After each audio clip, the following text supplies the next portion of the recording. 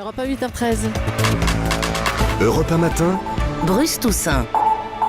Il est le radar d'Europe 1 matin. Voici Laurent Guimier pour le vrai faux de l'info sur Europe 1. Bonjour Laurent. Bonjour Bruce, bonjour à tous. Et vous enquêtez ce matin sur la pauvreté en France et le montant du RSA. Oui, le revenu de solidarité active qui, on en parle beaucoup depuis 2 jours, va être augmenté. Ce que veut le gouvernement, c'est que les allocataires du RSA touchent presque la moitié du SMIC.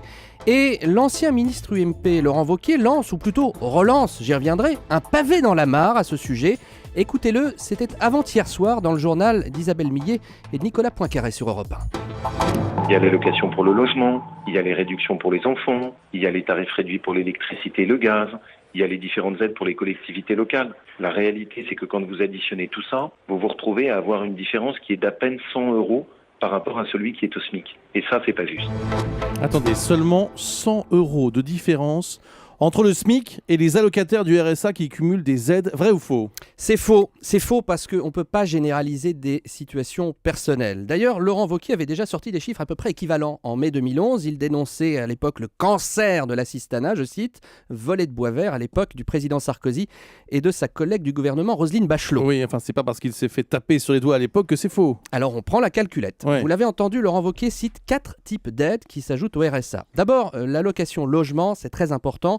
Première remarque, les personnes qui touchent ces aides au logement ont un RSA plus faible que celles qui ne les touchent pas. Il y a donc déjà un système anti-cumul qui est prévu par l'État, qui évite les abus et qui évite surtout de faire des additions trop simples. Deuxième remarque, on le sait malheureusement pour ces personnes, et heureusement si on est très cynique, des centaines de milliers de personnes en difficulté sont incapables de remplir les formulaires pour obtenir les aides auxquelles elles ont droit.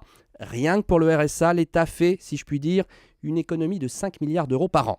Alors, j'ai tenté de compiler tout cela. Pour un couple sans enfant, la différence entre les revenus du foyer au RSA et celui au SMIC est de plus de 600 €, avec un enfant 500 €, avec 2 enfants 400 €.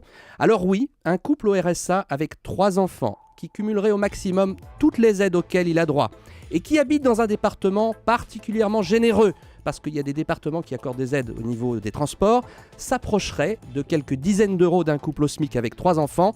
Mais vous savez, ça me rappelle un peu les voleurs de pain au chocolat. Il y a des voleurs de pain au chocolat, mais ça n'en fait pas une généralité. Alors Laurent Wauquiez va nous trouver sans doute des exemples qui choquent, mais là non plus, ça n'en fait pas une généralité. Merci Laurent Guimier.